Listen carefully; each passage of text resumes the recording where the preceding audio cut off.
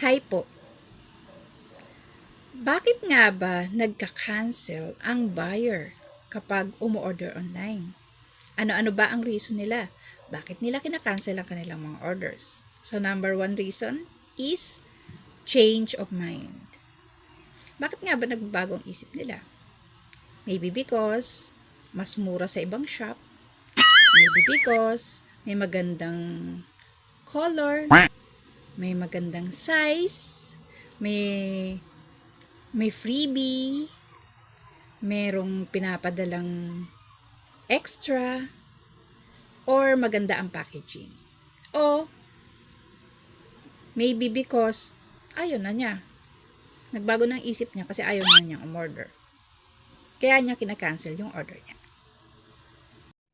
So, next issue, bakit nagka-cancel ang buyer, is delivery issue. Yan, madalas yan. Kasi siyempre, di ba, nagbabasa tayo ng mga comments. Matagal bago i-ship out. Matagal bago dumating yung order natin. Ayaw nila ng courier. Kasi may ganito, kasi may ganon. Siyempre, ang gusto ng buyer, kapag umorder, mabilis dumating sa'yo. Isa lang yung courier niya, walang mapagpipilian, kaya nila kina-cancel. Next reason kung bakit kina-cancel ni buyer is price changing. Bakit nga ba nagbabago ang presyo ng ino-order natin online kapag ina-add to cart o bago tayo mag-place ng order? Nasa settings kasi yon. Minsan, di ba, kapag isa lang ang in-order natin, halimbawa, isa lang ang in-order natin, 15 pesos lang. Kapag umorder tayo ng 2, 3, 4, 5, nagbabago na. Nasa settings kasi yun ng sales ni Shopee o ng ibang platform. Kaya nagbabago yung presyo. Minsan nga, di ba, kapag may nakita tayong isang item, mura. Tapos, pag tiningnan mo talaga yung price, clinic mo yung picture ng item sa variation, iba na yung price. Kasi, ang ginagawa nila, kaya nagbabago yan, is linalagyan nila ng mura. Nasa huli yun.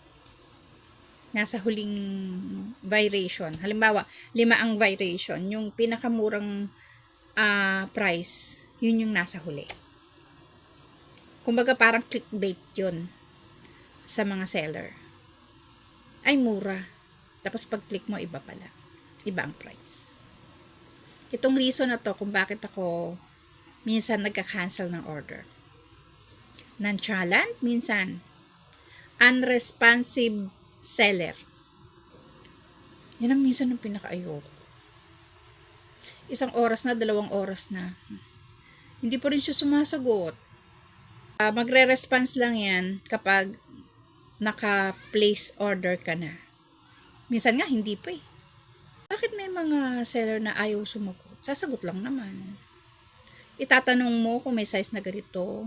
Itatanong mo kung ilang piraso doon sa price na yan.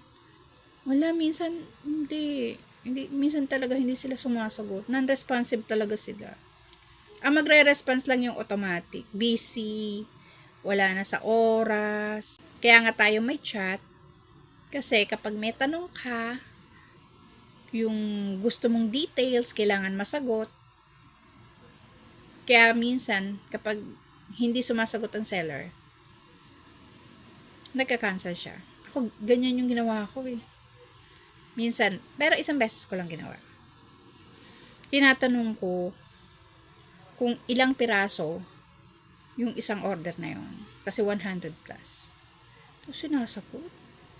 Nakalipas na 1 araw, hindi pa rin ako sinagot. Busy daw. Yung automatic response lang, busy. Marami daw rin repack. Ay, hindi na, wag na. Kasi, kailangan mong sumagot. At kailangan mong i-entertain kahit ilang minutes lang yung mga buyers mo. Kung ayaw mong mag-cancel sila ng order sa'yo.